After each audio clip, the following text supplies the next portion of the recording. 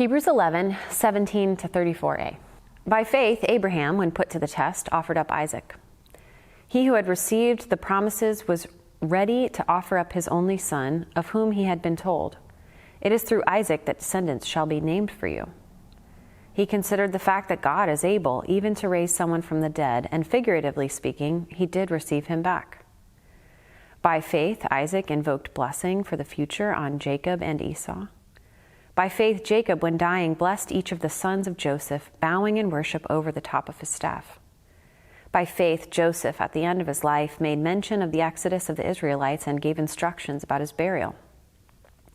By faith, Moses was hidden by his parents for 3 months after his birth because they saw that the child was beautiful, and they were not afraid of the king's edict. By faith, Moses, when he was grown up, refused to be called a son of Pharaoh's daughter, choosing rather to share ill treatment with the people of God than to enjoy the fleeting pleasures of sin. He considered abuse suffered for the Christ to be greater wealth than the treasures of Egypt, for he was looking ahead to the reward. By faith, he left Egypt, unafraid of the king's anger, for he persevered as though he saw him who is invisible. By faith, he kept the Passover and the sprinkling of blood so that the destroyer of the firstborn would not touch the firstborn of Israel. By faith, the people passed through the Red Sea as if it were dry land, but when the Egyptians attempted to do so, they were drowned. By faith, the walls of Jericho fell after they had been encircled for 7 days. By faith, Rahab the prostitute did not perish with those who were disobedient, because she had received the spies in peace.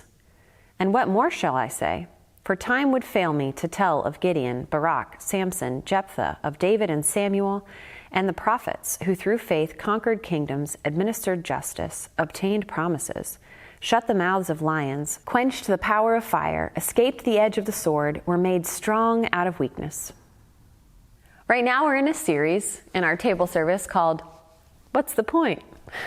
Our focus is on taking things that we find to be pillars of faith or pillars of religious practice and asking ourselves what the point of those practices are, or what the point of those beliefs are, and how they might shape us, be a part of the way that we understand ourselves, and be part of the way that we understand our faith. This week we talked about statements of faith, and I recognize that especially for folks who've been hurt by the church, statements of faith can feel kind of creepy.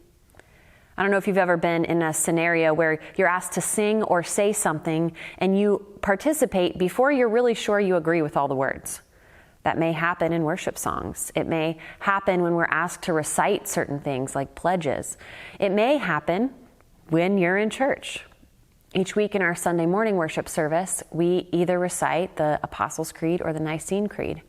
And our hymnal actually has even more creeds than that. And I know that it can be kind of a challenge to decide to recite a creed or to participate in a statement of faith when you're not sure what you think about all of it.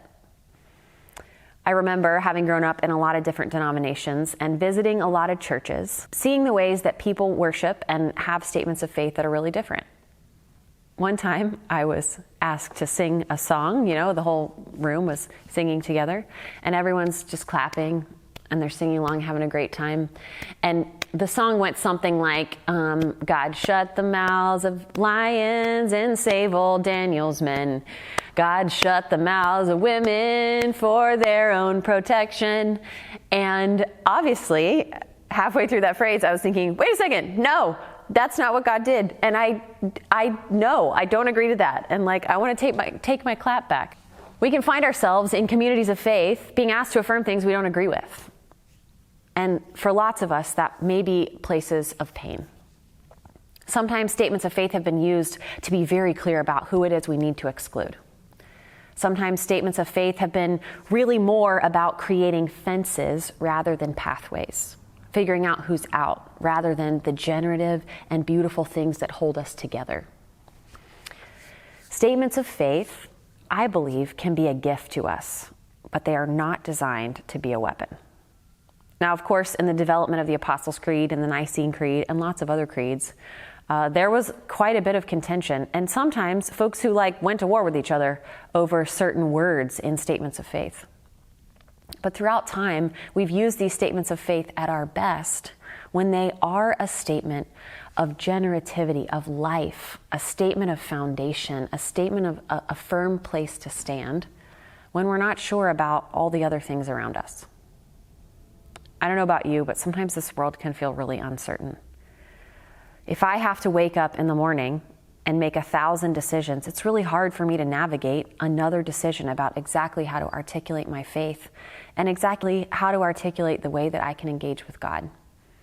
For me, statements of faith are a gift, not only to overcome the decision fatigue that can be so real in our world, but also because it reminds me I'm stepping into a pathway, walking alongside and amongst other people who have traveled this road before.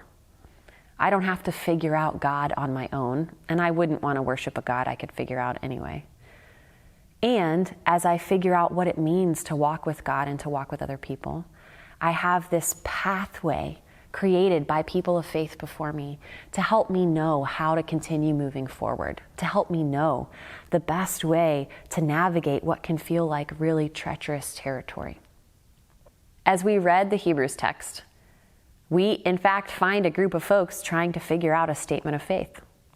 You can hear as they recite the stories of the Old Testament and the people of faith who've gone before them, this sense of encouragement to continue moving by faith, to continue operating by faith, and to joining the work of the same God that folks before them had worshiped and traveled with. The writer of Hebrews, who maybe was a woman, was helping us to see ways that we can graft ourselves and our lives into the stories of those folks who've gone before us. As we read through the stories, of course, the way in which the stories are recounted in Hebrews maybe could be contested. Like, why is it that Moses chose to be the way that he was in the Old Testament?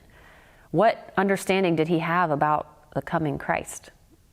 How is it that we might interpret Rahab's participation and all the other sort of details about the Old Testament stories?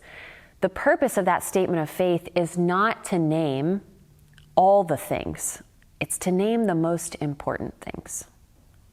The scripture helps us to recount the stories of folks before us and the statements of faith and the way in which people had followed God, because it can be a rhythm by which to walk.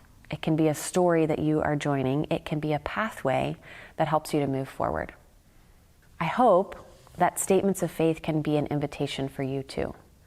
Not because you're trying to draw a line and decide who's out and who's in, but because you are being invited into a community of people who have discovered, who have been surprised by, who have been shaped by, and who have been loved by a God that has walked with them, just as God walks with you.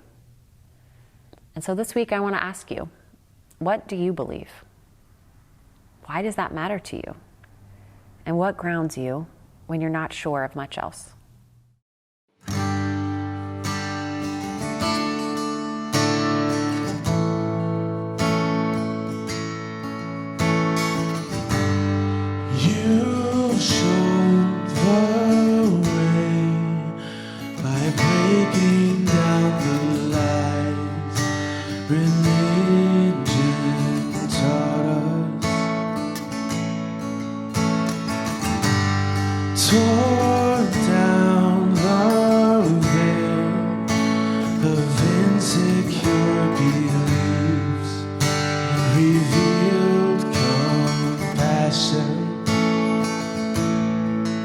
When our faith was dead, you showed us love instead.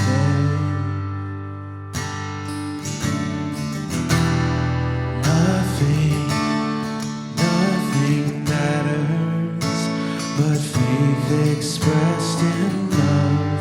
Nothing at all.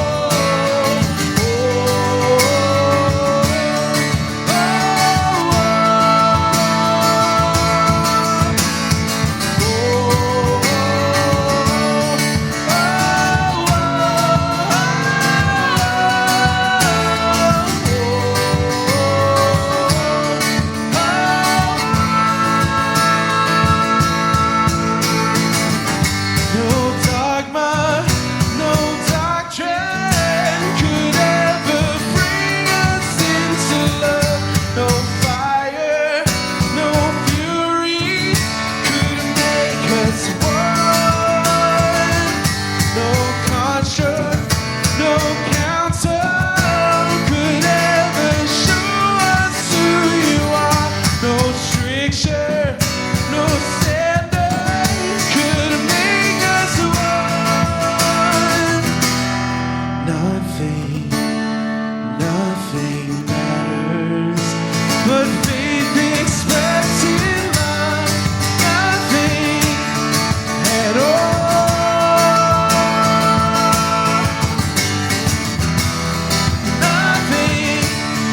Nothing matters but faith expressed in love.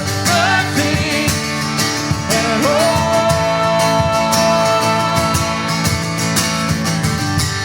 Seek love because it matters. When love's what faith becomes.